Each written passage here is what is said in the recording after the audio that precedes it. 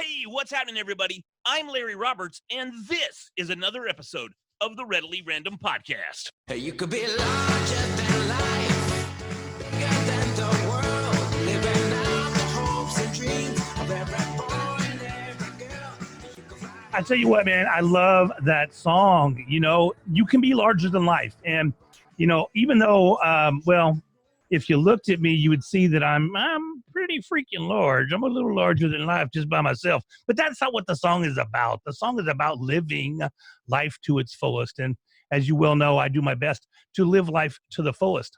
And I'm so stoked to be back today on the Readily Random Podcast. You know, I've been out for a little while. I haven't been recording, but we released an episode this morning. And the only reason I'm even announcing that episode is because this one's going to come out as well. And this one's it's got a time constraint on it. So I got to make sure that this episode we're recording gets out to the people so that we can help our guest promote his event that's coming up.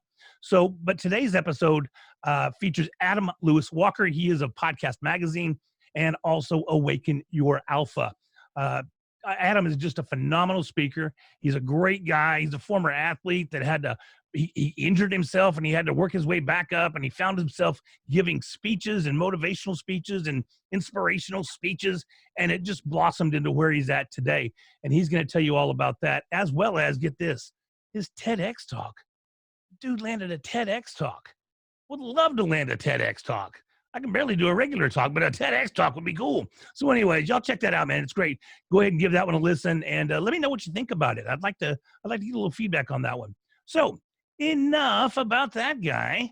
Let's talk about our guest today. Today I'm joined by Gonzalez, and Ever is the founder of Outlier HQ, which is it's a media and events company that provides resources to help entrepreneurs start, grow, and scale their businesses.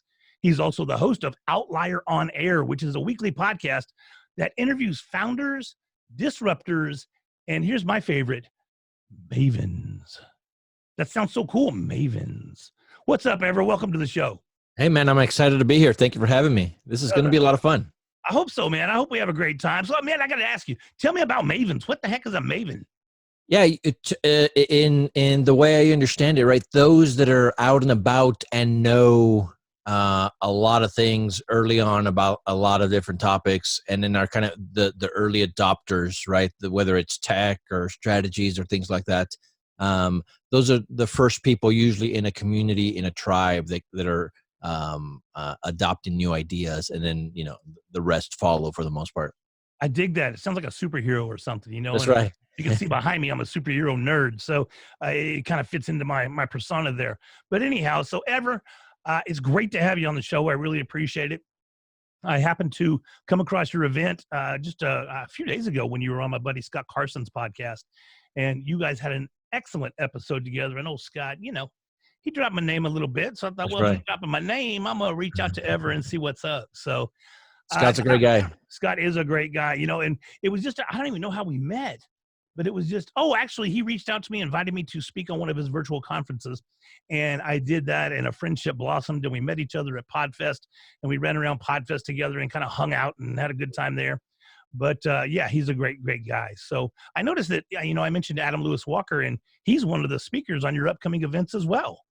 Yeah, we kind of pride ourselves in collecting a lot of these talented podcasters and entrepreneurs to kind of come in and be part of our community. And so, yeah, I kind of have my eye out. The rest of our ambassadors are out there kind of collecting, again, cool ideas, cool people in podcasting in general for this specific festival that I think would be beneficial to those in our audience. And so those two guys are certainly making some noise in their own lane. And so we decided to invite them to come to attend not only to attend, but to speak at our event.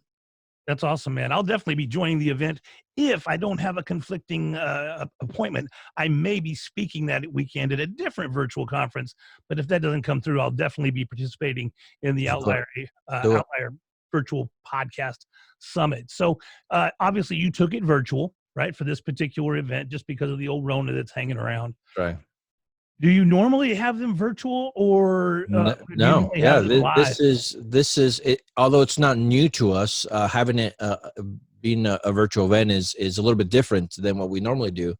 we host this podcast festival 3 times a year all over the U.S. And so we kind of pick different cities with an up and coming podcasting community, or one that's kind of well established there already. Again, every year, 3 different cities, 3 different festivals, and the in-person live events are amazing, right? People really enjoy them. They get to interact with the speakers and all the other professionals that come, along with the indie podcasters, and magic happens there, right? Our sponsors, everybody else that's there, it's a good time. It's a party. We don't take ourselves too seriously, right? It's we play it fast and loose and try to keep it a little bit of punk rock, and it's great.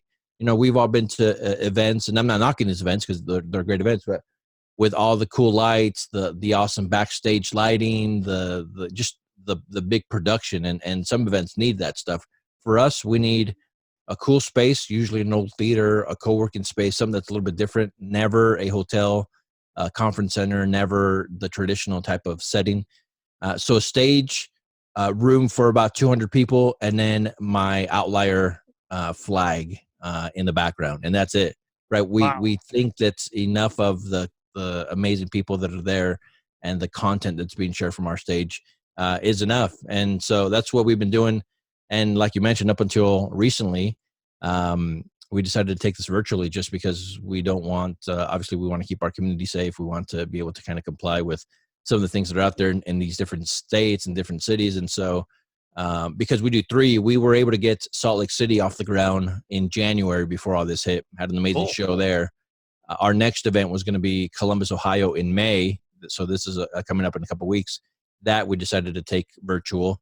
And then in September, we were going to head out to the Northeast, North Adams, Massachusetts, a cool up-and-coming community, a lot of indie podcasters out there, a lot of great talent. And so just 2 or 3 weeks ago, we decided to take that one virtual as well. Even though some of the restrictions, I'm assuming, they're going to be lifted by then, I don't know that people are going to want to hop on a plane and be in large crowds like that. And so we kind of wrote off 2020 for live events, and we will pick it up again in 2021. But that's not stopping us from having cool people get together virtually, and that's what we're doing here in the next couple of weeks, or actually next week. Right, next weekend, I believe, is when the next one is. But it starts Friday, or starts Thursday. So actually, all day Wednesday, all day Thursday, all day Friday. Yeah, so wow, okay. 13th through the 15th. So I was off by a day there. I knew it was a 3-day event. 3-day event, man. That is spectacular. You know, I went to Podcast Movement last year, and I think I was there for 4 days. And I've been on some other virtual conferences that last 2 days, but I have not seen a virtual conference lasting 3 days. And, you know, I got to looking at your lineup, and you've got some cat daddies in that lineup for sure. Yeah, it's been fun. We were a little bit worried, thinking, you know, our bread and butter, our niche, our, you know, superpower is these live events. We're able to kind of put a good vibe together. People continue to follow us from city to city because they enjoy it so much year after year. And so we were a little concerned that having it virtually was going to kind of dampen the atmosphere or the vibe. But no, the speakers that we've reached out to come and join us all said yes, right? We didn't have any no's that we reached out to, and they're all in. And so we're going to try to recreate that magic virtually. It's going to be a little bit of a challenge, but a lot of the speakers are doing their sessions live. And so obviously people can kind of interact virtually with them, asking questions, chat, or even video. And some of them are going to be pre-recorded, but all of them are going to be available. So like you, that has a prior commitment in one of those days, you'll have access to all of the videos after the fact as well. And so those that you didn't get to see live, you'll be able to play back. And so that's what we want, obviously, right? The good content, the knowledge and the skills that these guys are going to present, for you to have it always, so that you can learn from them and grow from them. That's the entire reason that we do this. You know, I think it's kind of interesting, the virtual conferences that I've seen lately and been participating in. And you mentioned that even being able to ask questions and interact with the speaker during their presentation. Not often do you go to a conference or a get-together and be able to interrupt the speaker, per se, and ask a question right then and there. And I think that's been extremely cool in the ones that I've participated in, because you can see the questions, or at least depending on the format that you're running it, the speaker can see the questions as they come up, Mhm. And you can actually address those questions and give that person a shout out for asking the question, which really gives them a sense of involvement. Like, he said my name, he brought me Yep. into the conference, or she said my name and she put my question up on the screen. And I think that's a level of involvement that the virtual aspect brings that you don't really get at the in live sessions. Yeah, and it's funny. Over the years, I've obviously spoken at a lot of different stages, my own and others that I can invite to speak. And obviously, I always have a presentation prepared, a talk prepared, and I'm going through it. But I invite people to ask questions, because if I go in there and I say, this is what I think the group wants, and I'm heading down that path, but actually the group wants this, and I know because of the questions that they're asking, I pivot. Like, I don't say, hey, let's hold it to the end because I'm going to get through this no matter what. If these guys want to talk about this or want this, we're going to go that way. And so I try to, obviously we don't force our speakers to do that, but we try to encourage them to do that. You're there because you're trying to obviously give your expertise on something. But if the audience wants maybe tweaked a little bit, or go in a different direction that you are still more than capable of kind of addressing, go with them, right? They're going to get more out of this and enjoy your presentation more, and see you as this authority if you give them what they want, how they want. And so, yeah, that's big for us, live during live events and virtual events. That's cool because, just like you were saying, it adds to your credibility. I mean, it solidifies you as the subject matter expert on whatever your talk or whatever your speech is all about. And I love that aspect of it. And I love that aspect of the podcast community. I've said this and I even wrote an article about it. I have never seen a community, and I've been involved in a variety of things in my 47 years. So I've been involved in a variety of different communities, but I've never seen a community that was so essentially unified and so open and so willing to help and so willing to share and support and uplift their fellow podcasters. And it's just an amazing feeling, an amazing opportunity to take advantage of this type of a community. You just don't see it often.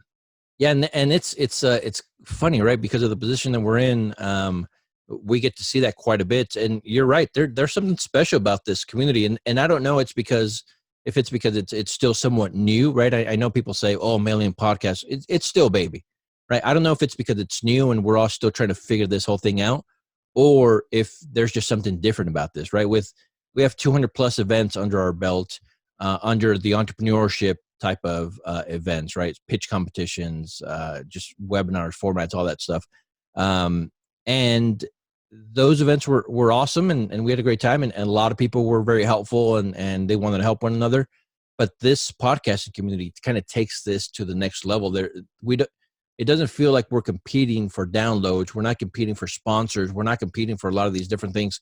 It's it's different, and I love it. And it shows at our events. It shows at other events that I go to. Everybody, like Scott that we just talked about, and he's Harry Duran as well. They're like, hey, what do you need? How can I help? I'm in. And then it's off to the races from there. Yeah, it's extremely, extremely cool. And, I think that's one of the things, like you just mentioned. I was having a conversation yesterday or day before with a local comedian, because I thought I was funny for a while and got involved in the Dallas-Fort Worth comedy scene. And he was saying that right now, with all this virtual stuff going on, they're doing virtual comedy shows and everything online, virtual open mics, the whole 9 yards. And he's like, this just sucks because now the market's flooded. It's saturated. Yeah. And my retort to that was, it's not that the market's saturated. Maybe the talent isn't saturated enough, because you're going to stand out regardless. And although we have over a million now podcasts that are out there in the podcasting universe, the number of active podcasts that have released a new episode in the last 2 months still remains essentially the same. Yeah. And a lot of people, I think, they get intimidated by the fact that there's 1 million podcasts out there, and they start comparing themselves to this person or that person. Do you see that a lot at these events that you have? And you have an opportunity to tell everybody, man, you don't have to compare yourself to them. Be you and do your thing. Well, we definitely see it with the newbies, right? With those that are just starting out, exactly. Right? Because and I don't care if it's podcasting or anything else, for the most part, as we're new to something, we compare ourselves to those that have been in the game for a while, or those that we want to kind of be like. And so we try to, 10 million downloads, 500,000 downloads. I have 6 downloads, right? And so they start feeling bad about themselves. They start trying to figure out ways to kind of, do it with shortcuts. It doesn't work. You have to play the game. You have to be all in. You have to have great content. You have to be consistent. There are a lot of different things that you need to do. But again, because of the position that I'm in, I mentor and consult with a lot of different groups and individuals. And I'm like, don't worry about what Joe Rogan is doing, man. You're not going to be Joe Rogan. I don't know that we need another Joe Rogan. We need another you for the most part, right? If you have some interesting to say, people are going to find you. And you and I were talking about this the other day. It doesn't matter, right? To me anyway, and it shouldn't matter to a lot of different people. I would rather have 500 raving fans, ambassadors, people that follow me and love the content that I provide and the things that I do, than 25,000 people that are like, okay, I follow his page.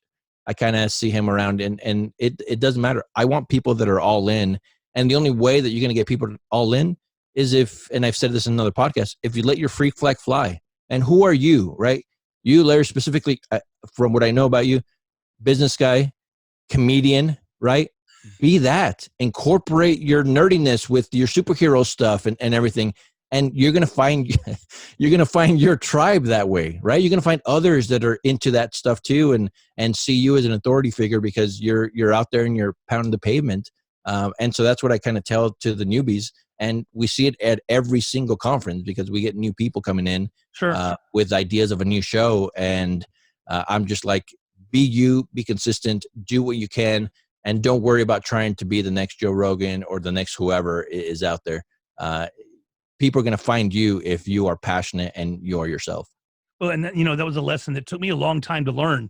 I've been in the game for 5 years, and you've been in the game for quite a while yourself. I noticed when I was looking at your podcast, you've got like 430 episodes. Yeah. I mean, that is a ton of content. Let's put this on pause for just a second and talk about that journey. Because obviously, like we were just talking about, when you first start out, you're probably trying to emulate someone. You've seen something that you really like. You're like, okay, I'm going to take this approach.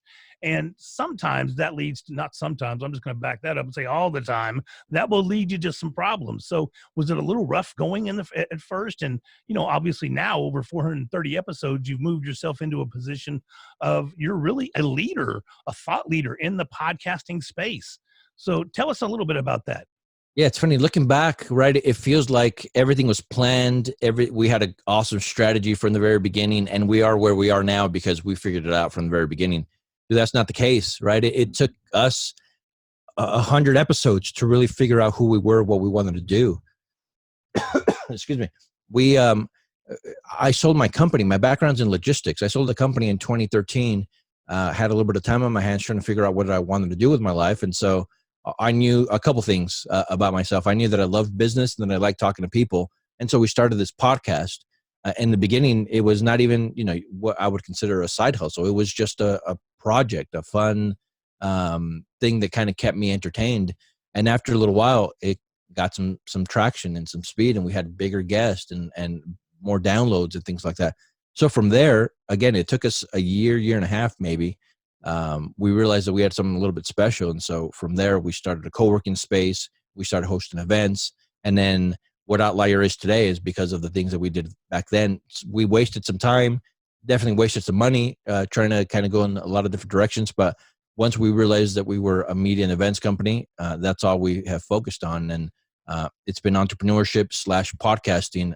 That's been our focus for the last 3.5 years now. And it's been fantastic. But yeah, the very beginning, my first episode was with Chris Brogan, if you know him, author,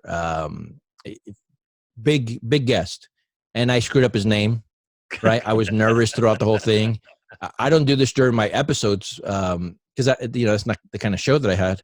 But I was so nervous that I asked him how much he made last year. I don't want to, some people do that. I don't want to do that. And but to his credit, he answered it. Right. He was like, well, I made this and this and this, and next year I hope to do this. But, I look back and I cringe a little bit about some of the things that I've done in the past. And, they've been some great ones. Andy Weir, if you know him, the author from The Martian that got turned into the movie, right? With Matt Damon. I've had in, because I'm a fanboy, I invited him to come on, and he's been on a couple times talking about a couple different books. But yeah, we right now we're in a great spot. We talk to cool people that we like, outliers around the world that are doing amazing things in sports, music, right? Movies, business. And so it's just, we have a focus now. And ever since we kind of realized what it was, it's been nonstop since.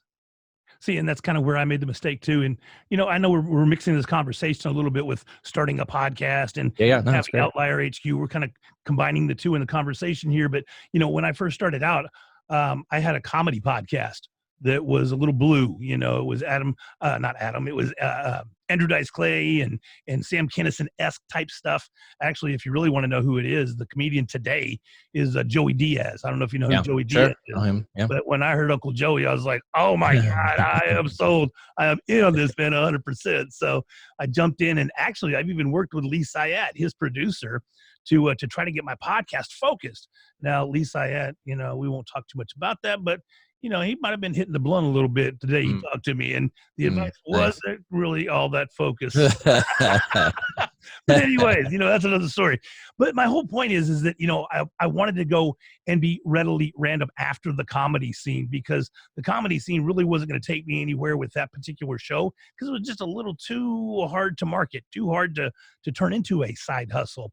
And I think that's everybody's kind of like their downfall, is at least what I'm seeing a lot within the podcast movement space on the Facebook page and that sort of thing, is everybody wants to make money right out of the gate. Yeah.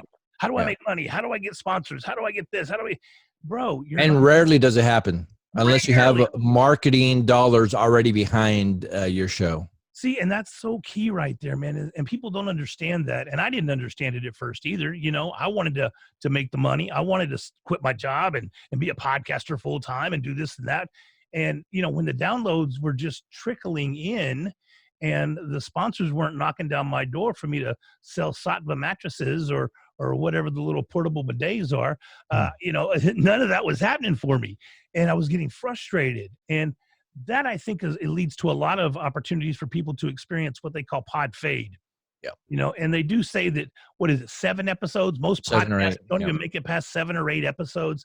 So when I started getting involved in communities like yours and events like yours, that's when I started to see me establishing myself. That's when my show started to really kind of get focused. And although I'm readily random, and I'll always be readily random, you, in a sense, although you're focused, are somewhat random as well. Absolutely. You talk to outliers. You talk to people that inspire you, people that interest you. When I first started this particular podcast, I was going on Amazon and just finding authors of books that I loved. So I'd reach out to them. You know how many said no? Maybe one. And they all were like, yeah, that's great. Come on.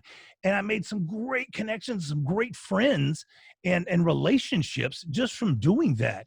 And once you start establishing the relationships and you build your own network and you build your own tribe, I heard you mention earlier, that's when you start to see real results. And although I'm readily random, my focus is helping others not compare themselves to their not competitors, but their what do you call it? Other participants that are in the same arena you're in. Same space, yeah. Same space, yeah. There you go. So that's one of my big focuses, and that's kind of what I started giving talks on, and that's when I started getting established with a focus. I can still be random. I can still bring on random guests. I got a couple coming up that are going to be like, "What? Why are they there? That's crazy." But they're cool people. But at the same time, I'm still going to channel it all back to my niche, my focus. And I see that's what you've done over your 430 episodes. Well, I love this. So there's quite a few different things to unpack here. So let's start with this. Sure. Just because we're saying that it's very difficult right off the gate to make money off of this we're not saying that it's impossible. You just have to figure out how to do it. And one of the ways to do it is, right, we try to be too many things to two different people. You mentioned the word niche, right? There are a couple different things that you can and should do and shouldn't do. If you want this to be a cool, fun project that you don't care if you're making money, go and do whatever you want. Talk to people that you want, right? Have the content that you want. that's great. And if that's a creative outlet for you, even better. If you're trying to make this a side hustle or even make you a little bit of money because of the things that you're doing in your podcast, that's great too. But you got to figure out that there are a couple of different ways to do it. Obviously, sponsors, you can sell your own stuff on your show, right? You can have affiliate links. You can do a lot of different things. For us, 430 episodes, a bunch of downloads, a bunch of great guests. We still don't have any sponsors. We don't want any sponsors, right? I want to be able to feel like I can do what I want, how I want, and it's been fantastic for us. So when we're like, people are like, the downloads and the number of podcasts or episodes that you have, you should be able to do it. And I'm like, yeah, we're not like hurting for money or trying, or people are rejecting us. We just don't want to. And the way, so I don't make money on our podcast, but we make money because of our podcast, if that makes sense. 100%. We don't make money from the sponsors, but because of like you mentioned, the connections that you make, right? The networks the network that you're able to build of these influential people that should be in your, in your niche. That pays for itself more than the $500 that I'm going to make per episode for a sponsor or whatever it is. And so it's worked for us. And I treat our podcast like a creative outlet for me, but also a marketing arm for our shows. And a lot of the speakers that we have at our festivals are past guests that had a great experience with me and our audience. And, not that I love shouting this from the rooftops or anything, but we don't pay any of our speakers, right? They fly their own way into some of these cities, and they pay for their own hotel and their own meals and stuff like that. And obviously not one of the things that is easy to do just about anybody, but because of the great experience that they had on our show, they're willing to do that. And the engagement that they had with our audience, they're like, it's going to make sense for me as an author, as an entrepreneur, whatever, to go to this community live and interact. And, I'm spending the $1,500 or whatever it is to fly there and stay there. And so that's the kind of vibe that we're trying to put out there. But you also talked about niche, right? If you're focused, if your show is focused enough, right? Whether it was comedy or basket weaving or whatever it is, there's a group of people out there that want that stuff. And so if you're niche enough and you find your audience, even with 50 downloads, you can make money off of it somehow, right? Whether it's a sponsor that's willing to pay you for those 50 people or whatever it is, or you're selling your own stuff. You don't need a huge audience to be able to make money if that's the route that you want to go on your show. Be laser focused, man. It's just got to be, just like you said, if it's basket weaving, sell basket weaving products. That's exactly right. Sell basket weaving instructionals, build a basket weaving course. I've got my course on Udemy that's crushing it. It has been for about 6 months now on podcasting, how to start a podcast. And it's just 1 + 1 = podcast. Super simple, super straightforward, and people seem to like it. And I would not have that if I hadn't originally started podcasting, kind of learned the space, learned the connections, found this coach that helped me build the course and get it out there. Didn't do it on my own. I want to say I did, but I didn't. So, this whole thing, nothing that we do here is on our own. And that goes back to the awesomeness of the community. You don't have to do it on your own. People are willing to help. People are willing to co-author. People are willing to point you in the right direction. And, I put a post up today. Are show notes something that are of the past? Are they still critical? I saw that actually, yeah. Right, yeah. So, that's generated some conversation that's kind of fun. So everybody jumps in there and everybody contributes, and it's really, really cool. And the funny part is that what worked for me won't necessarily work for you, and vice versa. But everybody's willing to kind of say, hey, this is what worked for me, or this is what I think would work. And then now it's up to you to kind of take that information and process it and make sure that you are making the best decisions for your show and even the business. But that's life, and that's beautiful, right? I mean, some of us are going to fail at it. Some of us are going to succeed at it. Some of us are going to put her along for the next 5 years and just be okay with it. And there's nothing wrong with that. Not every show needs to be the number one show in your category, although that'd be nice, right, man? Again, if I have 500 people that are listening to me, that's awesome. That's even better. Right. You could go today, and I was talking with David Hooper, who's my podcasting coach, because again, you never stop learning. And so I ended up meeting David Hooper at Podfest, and we connected, and I ended up hiring him as a coach. And we were talking about that as well. And it's interesting when you see that I simply just lost my train of thought. Where was I going with that, man? What happened? Where was I going? Let's see. I don't know. Let's back it up. I don't even recall where I was going with that. Yeah, you were talking about so you were talking about your coach. I was talking about the 500 people right on your show, or that listen to your show. Yeah. Anyway, let's move on, because Yeah. I don't know what happened. I need another monster is what's going on here. I totally blanked. Let me get some energy here. So in winding this thing down, since I'm losing my mind, let me ask you, what would you consider your biggest lesson over the last, 7 years that you've been doing this? Yeah, great question. So many mistakes that I made throughout this. And so maybe I'll combine two of them. The fact that I didn't know who we were or what we wanted to accomplish was the first mistake, because then now I'm all over the place and spend a lot of money on a lot of different projects, a lot of different things. And I was trying to build something without a blueprint, basically. So I was, if it's a building analogy, I was building rooms here and rooms back there and a bathroom upstairs and no stair, that kind of stuff. So I was busy doing stuff and felt like business and work, but it wasn't making any sense. So not knowing what you want to accomplish, number one, is the biggest lesson that I learned. And then after you figure that out, being consistent, right? Being consistent with your content, with your strategy, with the things that you're doing. If you're going to do an episode a week, do an episode a week. If you can do seasons of it, do seasons and stay consistent. You're going to grow a loyal audience by that than anything else, I think, right? Having great content, but being consistent with your audience as well. Consistent with the level of content that you're putting out there, with the schedule, with everything else that you're providing is huge. All right. And so again, it's not rocket science, but it's still very difficult to do. Sure, most definitely. And I think we have that lesson just about in anything in life. There's not a whole lot of things that you undertake without having some sort of plan or some sort of direction. But I think so many people jump into the podcasting space, just go, hey, come listen to my podcast where me and my three buddies, we shoot the shit about video games. No one cares, bro. You don't have a niche. You don't have a focus. You don't have a plan.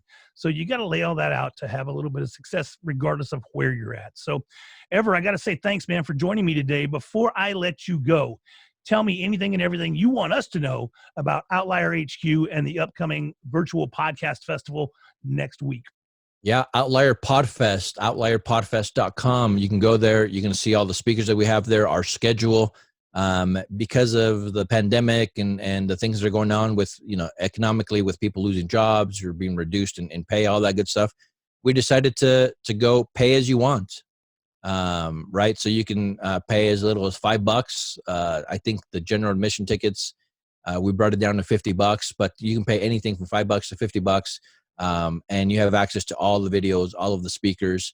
There's some great content that's going to be provided there. Anything from building a community to marketing and monetization, to tech and innovation, to storytelling. All those 4 tracks can be covered in those 3 days. And I'm very excited about the lineup that we've been able to put together and the people that were so willing to kind of do this. Again, these guys are professionals for the most part that like doing it from stage, but they're going to do it from probably their bedroom, their living room, right? Wherever they are right now, because they still want to keep in touch with the community. And not just that, but throughout the rest of the year, we're going to have webinars and different sessions and live events that we're going to be doing almost every week. Like we're going to have Jordan from formerly of The Art of Charm on the show. We're going to have fireside chat talking about his journey, podcasting in general, all those things. And so we're going to have a lot of cool people for free coming on and chatting with us and sharing it with the community. So outlierhq.com for our website, outlierhq.com, and for the festival website, outlierpodfest.com, outlierpodfest.com. Cool deal. And of course, we'll have all those links in the show notes as well, because I will include show notes, regardless of my question there in the podcast movement gig. So anyways, Ever, thank you so much, man. It's been a pleasure having you on. I apologize for the little lapse in brain power there. I don't know if I just kind of went to sleep or what happened, but I was boring you to death. That's what it was. I was like, oh God, let's go. No, right. but anyway, no, it was great, man. I really appreciate it, and I look forward to checking out the event next week. It's been a lot of fun. Thank you for having me. Thanks. Take care, man.